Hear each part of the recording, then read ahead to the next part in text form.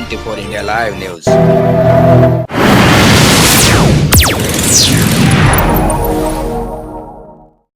नमस्कार, आपल्या सर्वांच्या 24 इंडिया लाईव्ह न्यूजमध्ये स्वागत आहे. बघा आजची खास खबर आणि शेवटपर्यंत बघा. पार पडली नाही तर जसा समाजवाद संपला, जसा कम्युनिस्ट संपला, जसा मानवतावाद संपला, तशा रीतीने फुले शाहू आंबेडकर वाद सुद्धा संपलेला असेल. कारण का एकाही कार्यकर्त्याला तुम्ही जगवलं नाही अशी असताना परिस्थिती. वाद कायम आहे, विचार कायम आहेत, पण त्याला वाहक कुठे आहे? त्याला वाहकच शिल्लक राहिलेला नाही. ते विचार वाहून घेणारा असणारा यंत्रणा नसेल, संघटन नसेल, तो विचार टिकतो. बुद्धाचा 2500 वर्षाचा विचार टिकला, तो संपला नाही. बाबासाहेबांनी पुन्हा याच नागपूरमधून त्याचा नव्याने प्रचार केला आणि विकसित झाला हे लक्षात घ्या.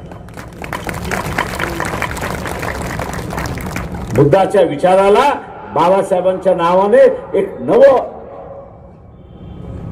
संघटन उभं राहील. त्या विचाराला पाय घालणारी माणसं त्या ठिकाणी निर्माण झाली. आज तेच आपण असं लक्षात घेतलं पाहिजे की जे कार्यकर्ते उभे आहेत, इलेक्शन मध्ये उभे आहेत,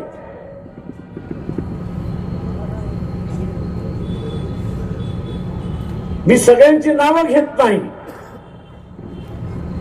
पण जे उभे आहेत त्या सगळ्यांच्या पाठीमागे आपण खंबीरपणे उभं राहिलं पाहिजे हे लक्षात घ्या.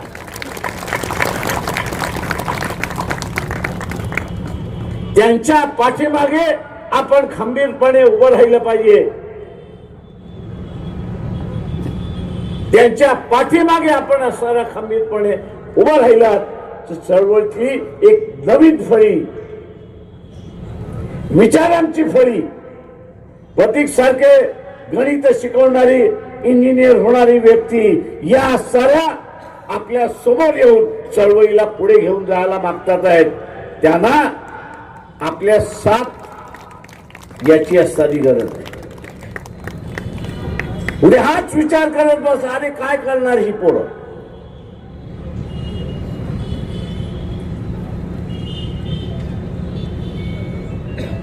कदाचित सांभाळू शकतील, कदाचित सांभाळू शकणार नाहीत,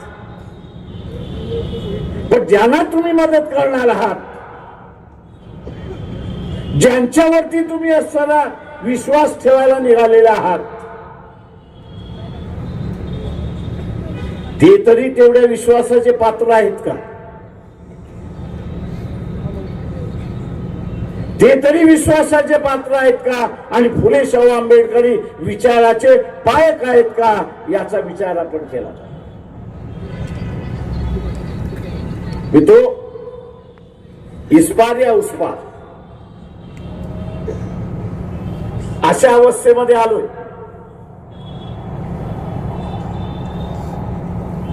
आणि ही परिस्थिती येणार हे बाबासाहेबांनीच सांगितलं. अलाहाबाद विश्वविद्यालयातला असणारं ज्यांनी कोणी बाबासाहेबांचं तिथला असणारं भाषण अध्ययन केलं असेल तर त्यांना लक्षात असेल.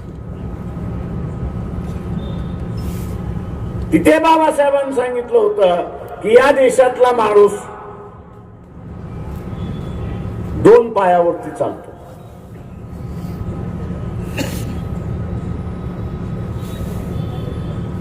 पण तो 2 पायावरती चालत असताना त्याच्याच बरोबर 2 विचारांवरती चाललेला. त्याचा एक पाय संविधानिक व्यवस्थेवरती आहे, त्याचा एक पाय संवैधानिक व्यवस्थेवरती आहे आणि दुसरा पाय हा मनुवादी व्यवस्थेवरती आहे. हा मनुवादी व्यवस्थेवरती आहे. बाळासाहेब म्हणाले होते, फाकून फाकून हा फाकणार किती, फाकून फाकून फाकणार किती. याने अधिकच याला फाकलं तर याचे दोन तुकडे झाल्याशिवाय राहणार. सांगण्याचा मतितार्थ हाच होता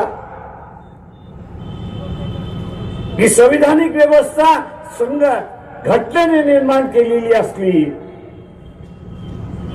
तरी समाजामध्ये एक वर्ग असा आहे, समाजामध्ये एक वर्ग असा आहे की जो मनुवादी व्यवस्थेचा पुरस्कर्ता आहे. या दोघांमधला संघर्ष हा अटल आहे आणि तो संघर्ष आपल्याला सरळ दिसतो. तो संघर्ष आपल्याला सरळ त्या ठिकाणी दिसतो. या संघर्षाच्या मध्ये मी कोणाच्या बाजूने, पैशाच्या बाजूने की विचाराच्या बाजूने, मी कोणाच्या बाजूने. मी ज्यावेळेस पैशाच्या बाजूने असतो त्यावेळेस मी मनुवाद्यांच्या बरोबर असतो. मी पैशाने ज्यावेळेस असतो त्यावेळेस मनुवाद्यांच्या व्यवस्थेमध्ये असतो आणि संविधानाच्या व्यवस्थेच्या विरोधात मी ज्यावेळेस माझ्याच बरोबर आहे, मी ज्यावेळेस माझ्याच बरोबर आहे त्यावेळेस मी संविधानवादी व्यवस्थेमध्ये आहे. या अटीतटीच्या संघर्षाच्या कालावधीमध्ये, या अटीतटीच्या संघर्षाच्या कालावधीमध्ये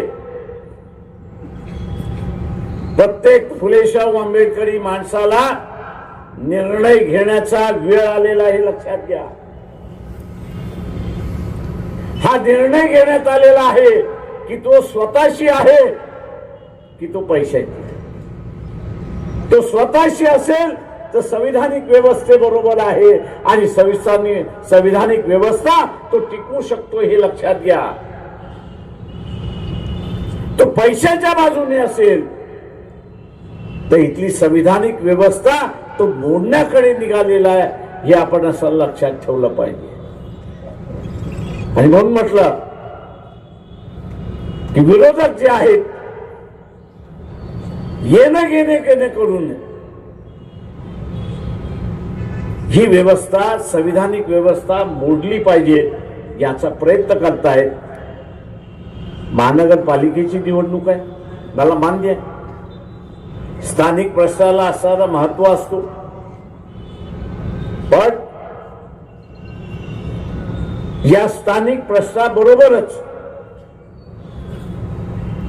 उद्याची सत्ता कोणाकडे हाही महत्वाचा. महानगरपालिकेची सत्ता कोणा,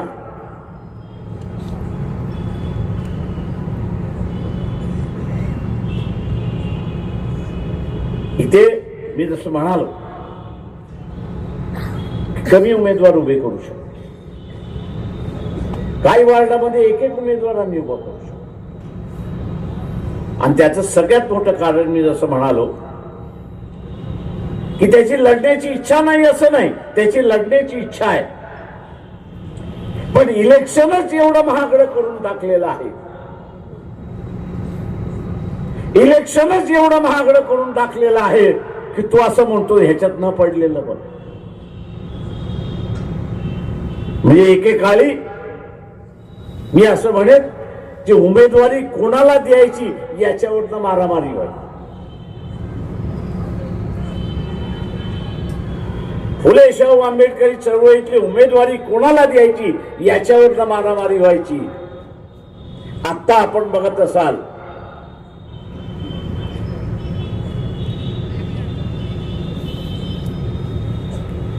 तर उमेदवारी घ्या अशी असणारी परिस्थिती आहे.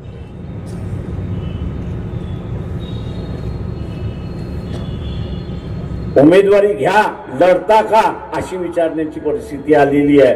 आणि तो असं म्हणतो की या खेळामध्ये मी उतरू शकत नाही. याचं कारण की मी तेवढा निधी कमवलेलाच नाही किंवा उभाच केलेला नाही. ही मी असं म्हणेन एक शोकांतिक. मला माहिती आहे इथल्या असणाऱ्या काही संघटनांनी उमेदवाऱ्या विकल्या.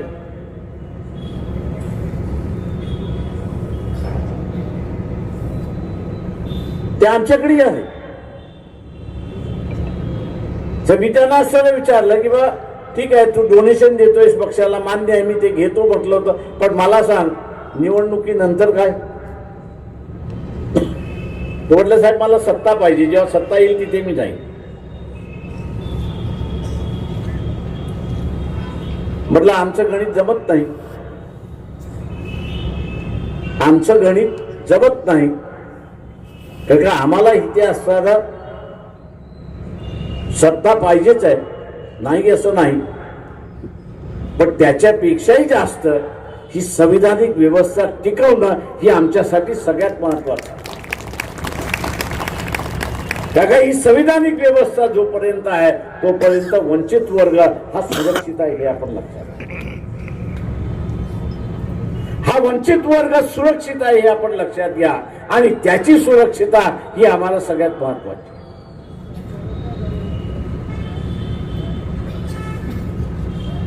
राजकारणामधले नवे नवे खेळ तुम्हाला बघायला मिळेल. मी त्याला खेळच म्हणतोय. ते खेळणारं दुसरं तिसरं कोणच नाही, नागपूरकरच आहे. त्याचे हेडक्वार्टरच नागपूर आहे. फक्त मोरे दिल्लीमध्ये बसलेले आहेत. हलवणारी शक्ती इथलीच आहे. नाव घेण्याची गरज नाही. मी असताना नेहमी म्हणत असतो की त्या असताना खरा फुले शाहू आंबेडकरी चळवळीतला माणूस ओळखायचा असेल तर त्यांनी 3 जणांना शिव्या दिल्या पाहिजे. एक मोहन भागवत, दुसरा असताना नरेंद्र मोदी आणि तिसरा असताना अमित शहा. जे फुले शाहू आंबेडकर नावाने येतात त्याला म्हणा पहिल्यांदा शिव्या घाल. या तिघांना त्यांनी शिव्या घातल्या की समजा हा तिथे बसलेला नाही. त्यांनी शिव्या घातल्या नाही तर तो तिथे बसलेला आहे हे असताना लक्षात घ्या.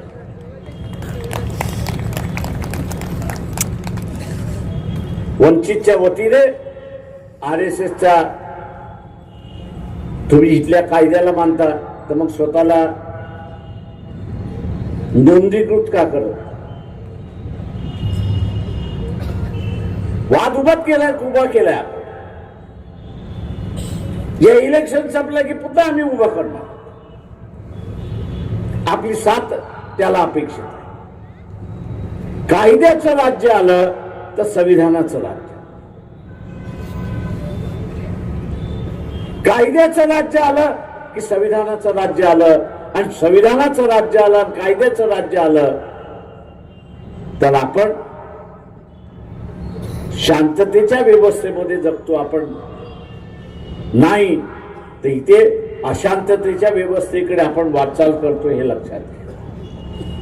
आणि म्हणून मी आपल्या सगळ्यांना आवाहन करणार आहे कारण माझा जाण्याचा असताना वेळ झालेला आहे.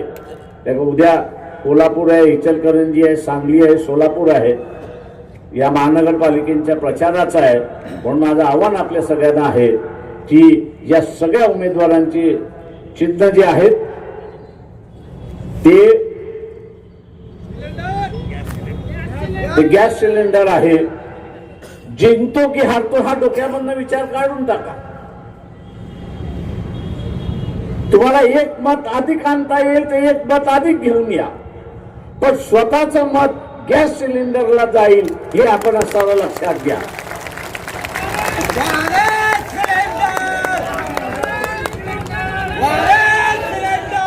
मी असं माने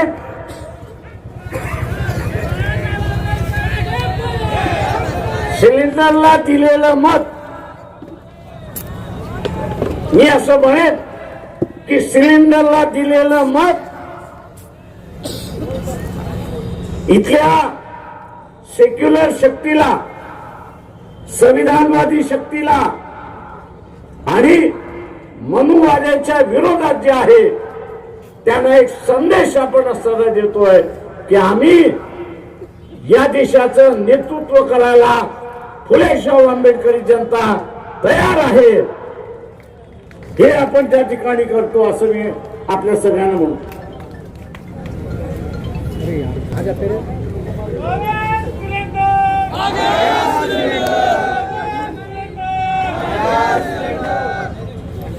आणि म्हणून जे उद्याची असणारी लढाई जी आहे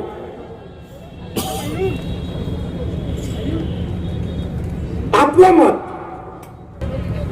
फुले शाहू आंबेडकरीला मेन स्ट्रीम राजकारणातला महत्वाचा दुवा म्हणून त्या ठिकाणी मानला जाईल. तो दुवा निर्माण करायचा की न करायचा याचा निर्णय 15 तारखेला आपल्याला द्यायचा आहे. माझं आव्हान राहणार आहे की हा दुवा निर्माण करण्यासाठी गॅस सिलेंडरला आपण मतदान द्या हे आवाहन करतो आणि आपली सगळ्यांची रजा घेतो. जय भीम, जय भारत.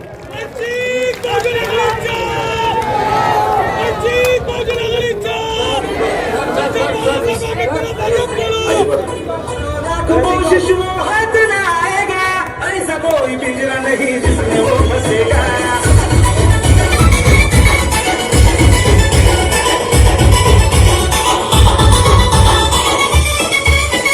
होता है वो भूखा दिल के असली खून का, होता है वो भूखा दिल के असली खून का. वंचितों का नाग नाग प्रमाण घाबरता आत्ताच आपल्याला लाखों शिशुओं श्रद्धेय बाळासाहेब आंबेडकरांनी मार्गदर्शन केलंय. ही होती आजची खास खबर. बघत राहा 24 इंडिया लाईव्ह न्यूज. शेअर करा, सबस्क्राईब करा, लाईक करा, कॉमेंट करा आणि चॅनलला मदत करा. धन्यवाद.